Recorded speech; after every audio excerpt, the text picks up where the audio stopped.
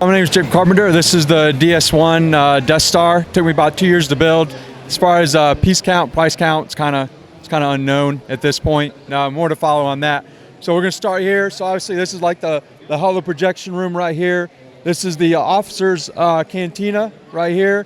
This is like the Death Star control room. Back there in the screen you can see Grand Moff Tarkin and Darth Vader getting ready to blow up Alderaan with Princess Leia. This bay right here is where the TIE pilots sleep. This is actually the briefing room for their briefing missions.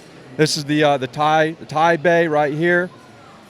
Obviously, there's a turbo shaft from Axis to get from here to the second level. Because back here, if you follow along, that's the control room back there for the controls the flight of the TIE fighters. This is like a kind of like a holo room. If you watch the episodes with the Star Wars Clone Wars, with the first couple episodes where the clone troopers go through their exercises, that's what that's modeled after. This is the gym. So obviously they have like weights and treadmills on the right-hand side, and of course the running track up above that. And then below here we have the speeder bike maintenance and holding bay. And then below that, this is the armory down here. And then right here, this is kind of just like a supply room. And then down here, this is just kind of like a bay in the open there. All right, so we'll move over to this side. Obviously, this is a turbo laser room right here. This is the officer's chow hall. Obviously, this is the Death Star control room right here, still in progress to be finished. This is the main hangar bay for the Death Star. Below that, obviously, we have another turbo shaft or turbo laser room.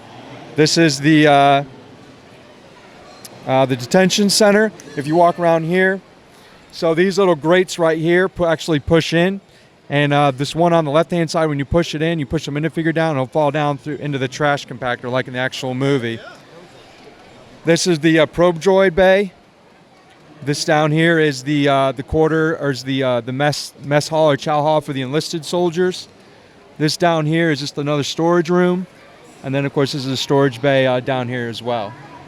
All right. Obviously they have different hallways, so the troopers get access to all the levels of the Death Star. So up here on this side, this is Grand Moff Tarkin's quarters. Below him, this is where the officers sleep.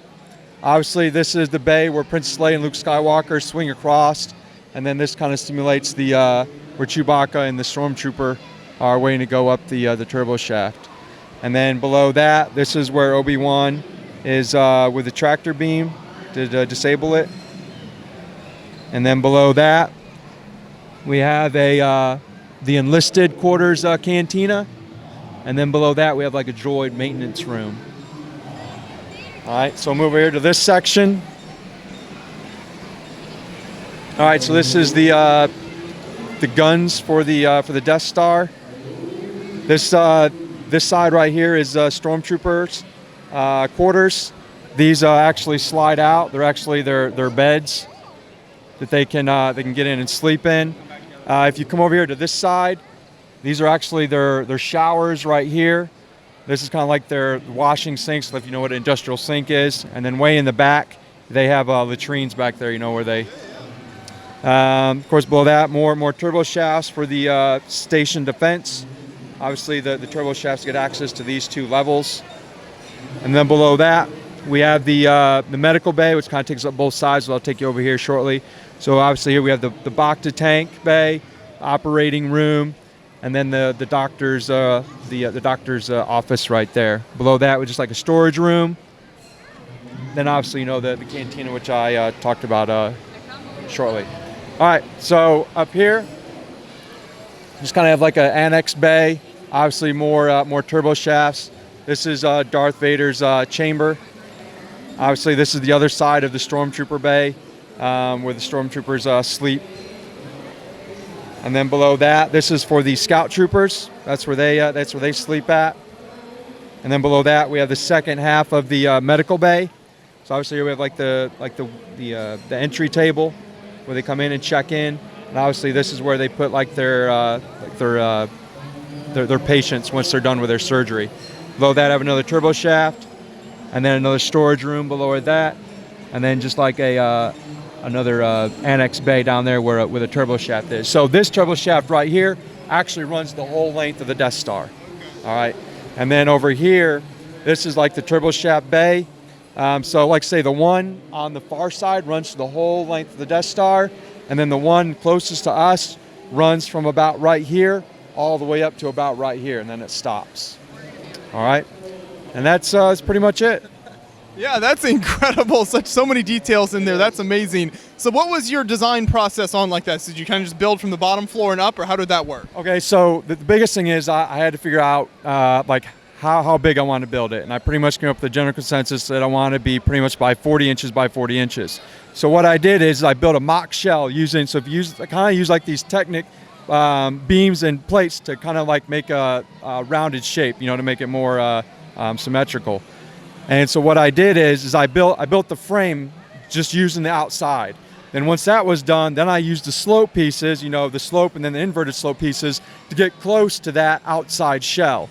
And once that was done, then I went through, and as you can see right here, I outlined like how high each level was going to be and what I was going to put in each room.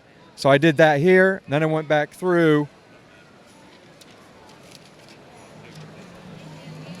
and then of course I went through that, and then that kind of just outlines each room that I wanted to design.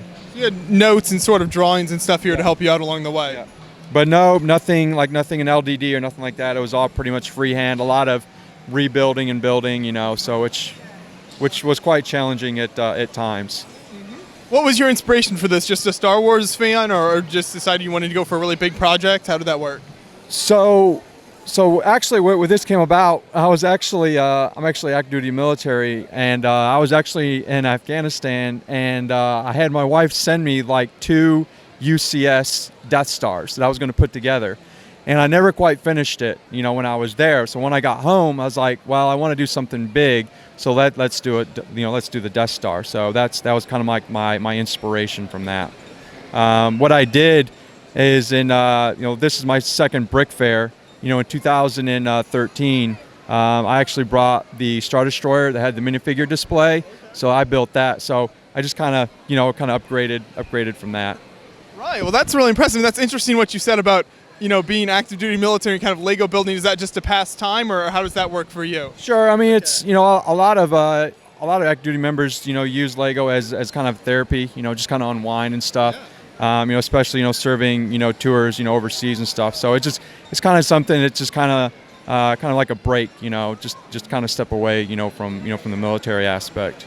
Sure. Yeah, that makes sense. And then when you move this around, how does that work? Is it somewhat modular? Sure. So each level where you see, it actually separates, and basically how it transport is, you know, I built a crate, and most of these levels sit on a plywood platform, and I just slide the platform into the crate, and it ships that fine. And you know, I came all the way from Clarksville, Tennessee, and you know, traveled over 200 miles and traveled with no issues. So definitely glad that initial test run went well, because the plan is to hopefully bring it to Star Wars Celebration in April.